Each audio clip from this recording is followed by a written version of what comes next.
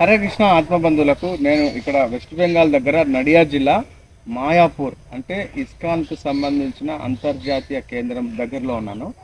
So నేను వచ్చి ఇక్కడికి దాదాపు 5 డేస్ అయిపోయింది. నా ఇప్పుడు 6th డే.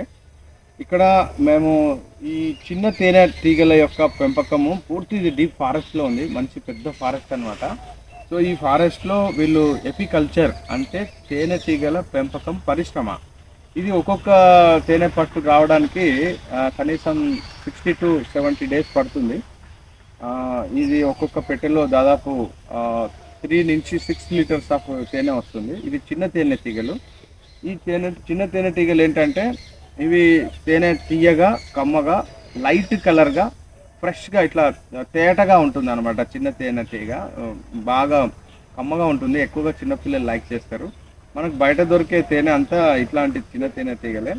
సో ఇక్కడ ఓనర్ గారు లేరు, ఆయన ఇంకా రాలేదు. ఆయన వస్తే ఒకసారి పెట్టే ఓపెన్ చేసి చూద్దామని అనుకుంటున్నా. కానీ నేను రావడం ఇవి డిస్టర్బ్ అవుతున్నాయి. ఇప్పటికే చాలా అన్ని బయటికి లేచినాయి. ఇలాగే ఉంటే ఛాన్సెస్ ఉన్నాయి అవి కరవడానికి. అయితే చిన్న తేనె తీగ అయితే కనీసం 8 నుంచి 10 కనుక కరిస్తే చనిపోవడానికి అవకాశం ఉంటుంది.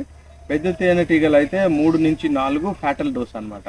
3 కంటే ఎక్కువ కరిస్తే చనిపోతారు, అంటే కార్డియాక్ అరెస్ట్ జరుగుతుంది.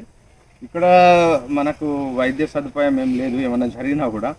సో వైద్య సదుపాయం లేదు. కానీ నేను రాగానే అన్నీ చాలా డిస్టర్బ్ అయినాయి, అన్నీ లేచాయి అనమాట. హరే కృష్ణ.